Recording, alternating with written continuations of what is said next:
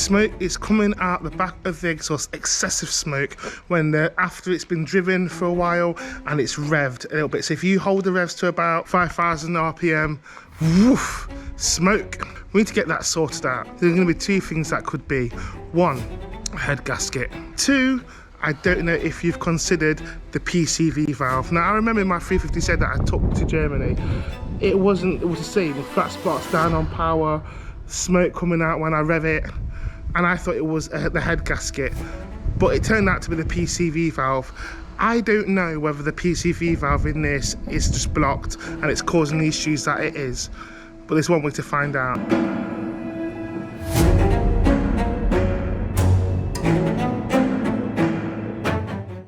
It is now another day.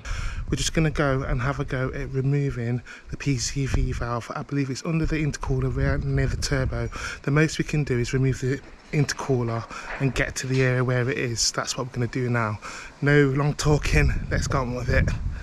So to remove the STI intercooler, there are two, I believe there are 12mm bolts holding the intercooler on either side that attach to a bracket. There is also a pipe which is attached to the intercooler, held on by four 10mm screws. Once you free that pipe, you can remove the STI intercooler. Now what you can see here is I have a strut brace. Now you don't need to remove the strut brace. Once you undo the bolts, wiggle the intercooler from the throttle body, which is connected to a silicone hose, and remove the STI intercooler from the car, as you can see here.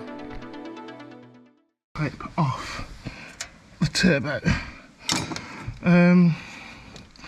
What we now need to find is the location of the PCV valve. Now look at all this oil around here.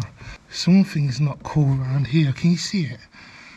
If I just bring the camera a bit closer, look at all of the debris, oil debris all around here, and I think that's where the PCV valve is, around there. I need a closer look, but that looks like it's around there somewhere.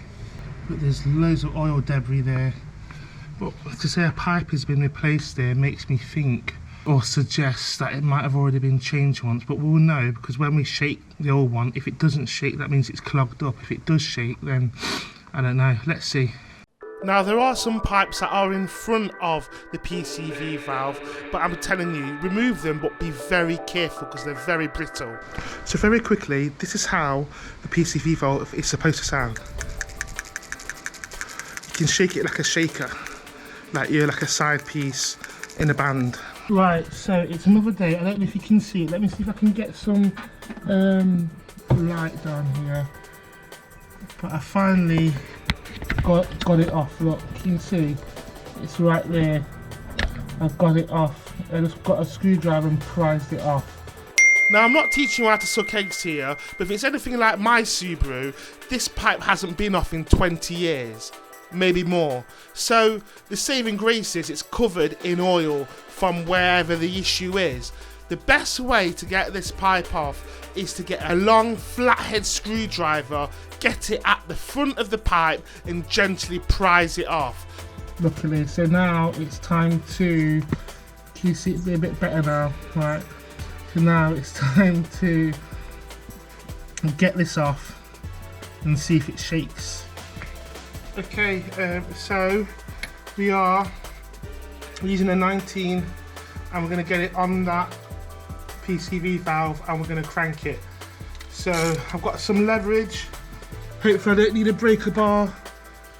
It's going to go over here. Hopefully, oh god, look at the angle. That ain't going to fit on there. 1 second. Okay, let me just put this on temporarily and see onto here and give it a pull. Oh, there we go.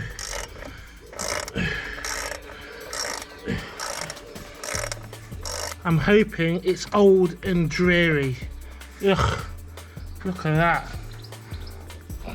Look at that. Oh, it is a little bit blocked.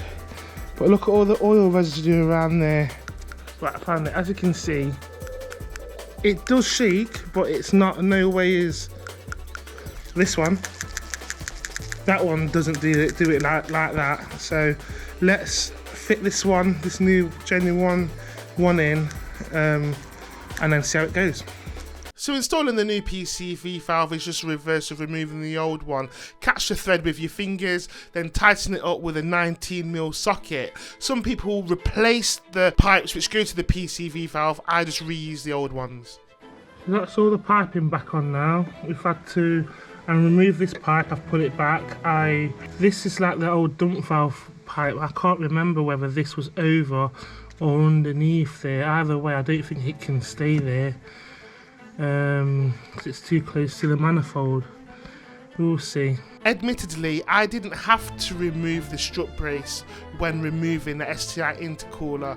Admittedly, I did have to remove it when installing. I just couldn't maneuver past the strut brace. So to make life easier, I just removed it. So that's it. Maintenance over, really. We know that the intercooler is back on. We're going to put the strut brace on in a moment, and what we're going to do, there's another job that I'm going to bring out where we're fitting a radiator in a different video. I don't know whether that's coming out first or this one's coming out first, maybe the latter. Nevertheless, we are going to start it up and see what happens. We're going to also take it for a drive as well to see whether it boosts a little bit better, whether I still see the smoke. It was smoking pretty bad. It's not smoking on idle, but if you hold the accelerator, woof, loads of smoke. Now I'm not expecting to see smoke anyway, but maybe after a drive it might clear up. Let's just see what happens. If I rev the engine and hold it there,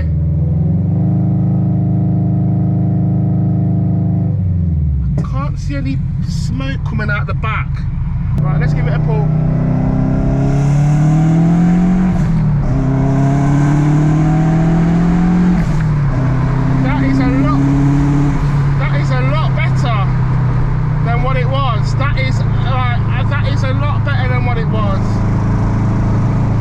We've solved it. I think it was the PCV valve. And obviously we've got the correct radiator in now, and that's running right. A lot better. Look at that pull on that now. That is a lot better pull. Obviously, like the pull in these is different to the pull in the Classic. Classic's a bit lighter, but it seems to be all right now. It seems to be a lot better than what it was. I need a good test of it though, a good full test, a good full day testing. That's what I need. So we're going to get some fuel and then we'll call it a day. But what do you think about that build? Like, we've changed the PCV valve and yeah, it seems to be alright. I don't see any smoke coming out the back no more like how it was. And the performance is a lot better in my opinion. It pulls in every gear. We just need some petrol. Tell me a bit about your PCV valve issues and whatnot. Have you ever had any problems with the PCV valve? What symptoms did you get? Did you get smoking like I got? Did you get lost performance? Obviously at the same time we've changed the radiator. And now we've changed the radiator. I don't really get the dipping in the engine. That we tried to bleed out as many bubbles as we could. Like the big ones have gone. I think there's still going to be little ones, but the big ones have gone. Who knows? There might be some still in there. But let's see what happens. Like, share, subscribe, tell a friend to tell a friend. Biggie, so if you can't, be careful. Drive safe on the road and tell someone that you love them before you go to bed. Biggie who, Biggie what, Biggie when. BiggieJDM. Tell a friend. We're in the blob and the sun is beautiful. Time to go on a road trip. Time to go on an excursion, yeah? We'll see you then.